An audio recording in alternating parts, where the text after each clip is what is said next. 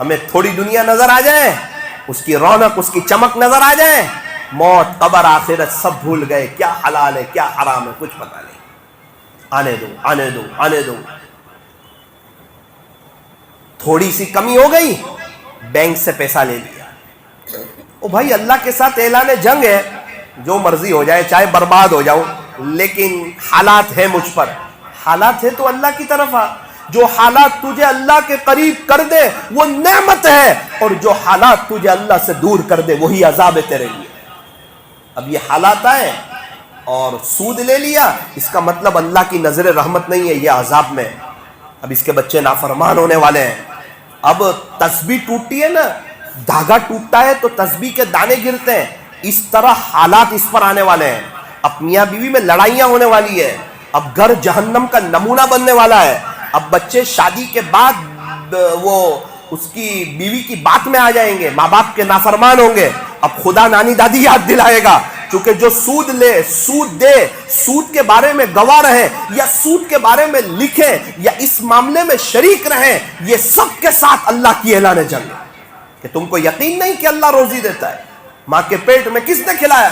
صبر کر لیتے، گھر بیچ دیتے، موبائل بیچ دیتے، ارے کار بیچ دیتے، سونا چاندی بیچ دیتے، سیدھی سادی زندگی گزارتے، چٹنی روٹی کھا لیتے، فٹ پاتھ پر سو جاتے، لیکن مجھے ناراض نہ کرا۔ عبداللہ ابن مخزومہ رحمۃ اللہ علیہ جنگ یمامہ میں جا رہے ہیں، دعا کر رہے ہیں، اللہ میرے جسم کے ہر عضو پر زخم آئے۔ کیا جذبے ہے، اب میں آپ کے پاس آ رہا ہوں، شہید ہونا چاہتا ہوں۔ جنگ میں گئے، جسم کے ہر عضو پر زخم آئے۔ ایک شخص آئے، حضرت جسم کے ہر عضو پر زخم ہے، بیٹا دعا کی تھی کہ اللہ تیرے پاس اس حال میں آؤں کہ میرے جسم کے ہر عضو پر زخم تیری محبت کے خاطر ہو، کہ تیرا دین زندہ ہو جائے۔ حضرت پانی پلا دوں؟ بیٹا روزے سے ہوں، اللہ کے دیدار سے روزہ افطار کرنا تھا۔ تو جسم کے ہر عضو پر زخم کا کر چلے گا، اور ہم ہیں کہ سود کے پیسے سے گھر آباد ہو جائے۔ ارے یہ دلدل ہے، یہ کیچڑ ہے، اور کیچڑ میں جتنا انسان ہلتا ہے، مجھے بچاؤ تو اندر جاتا ہے، باہر نہیں آتا۔ کچھ پتہ نہیں۔ اللہ مسلمانوں کو صحیح سمجھ عطا فرمائے۔ کیا ہوا؟ بہت میسج آ رہے تھے، لون لے لو، لون لے لی، کیا ہوگا؟ کہ ترقی ملے گی۔ ٹھیک ہے، اللہ کی زمین ہے، اس کو ناراض کر کے دیکھ کیسی ترقی حاصل کرتا ہے۔ ابو کو ناراض کر کے دیکھتے کو ابو کے گھر میں اچھا لگتا ہے کہ نہیں۔ اللہ کو ناراض کر کے ذرا دیکھ لینا اللہ کی زمین پہ تجھے اچھا لگتا ہے کہ نہیں۔